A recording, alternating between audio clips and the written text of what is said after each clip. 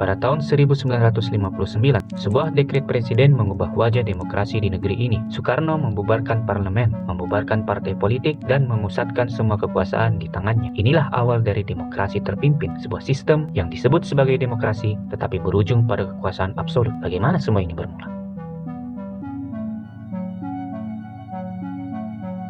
Sebelum demokrasi terpimpin, Indonesia menggunakan sistem demokrasi liberal, tapi situasinya kacau. Kabinet jatuh bangun, partai politik saling jegal, dan pemberontakan meletus di mana-mana. Soekarno frustasi, ia ingin Indonesia kuat, tapi demokrasi ala barat justru membuat negara stagnan. Ketika konstituante gagal membuat undang-undang baru, Soekarno mengambil langkah drastis. Pada tanggal 5 Juli tahun 1959, ia mengeluarkan dekret presiden. Yang pertama, bubarkan konstituante, kembali ke Undang-Undang Dasar tahun 1945 dan bentuk pemerintahan yang baru. Inilah awal dari era demokrasi terpimpin. Menetapkan Undang-Undang Dasar 1945 berlaku lagi. Lalu, seperti apa demokrasi terpimpin itu? Pertama, kekuasaan terpusat pada Presiden Soekarno. Ia bukan hanya seorang presiden, tapi juga pemimpin besar revolusi. Kedua, partai politik dibatasi, hanya yang loyal padanya yang boleh hidup. Ketiga, muncul konsep Nasakom, nasionalis, agama, dan komunis dipaksa bersatu di bawah komandonya.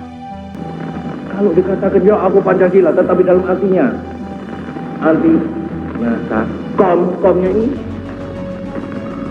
Pancasila juga dipakai untuk mengatakan aku Pancasila tetapi aku anti NAS.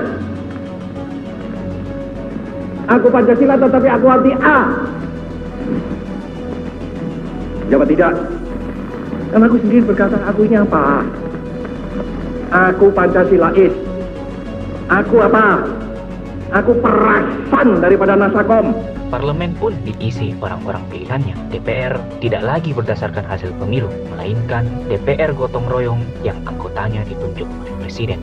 Kritik merupakan hal yang tabu, bisa saja berujung penjara. Di masa ini, ada dua kebijakan luar negeri yang mencolok. Pertama, pembebasan Irian Barat dan konfrontasi Malaysia. Presiden Soekarno berhasil merebut Irian Barat lewat operasi Trikora, tapi konflik dengan Malaysia justru membuat Indonesia terisolasi secara internasional. Di saat dunia memuji Malaysia, Presiden Soekarno marah. Ia anggap Malaysia boneka Inggris, tapi kebijakan ini justru bikin ekonomi Indonesia semakin terpuruk. Titik balik era ini terjadi pada tahun 1965. Kudeta Gerakan 30 September membunuh 6 jenderal Angkatan Darat, PKI, dituduh sebagai dalangnya.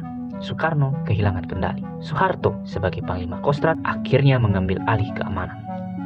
Pada tanggal 11 Maret 1966, Presiden Soekarno menandatangani Super Semar, surat yang menjadi pintu bagi Soeharto mengambil alih kekuasaan. Demokrasi terpimpin pun berakhir, digantikan Orde Baru.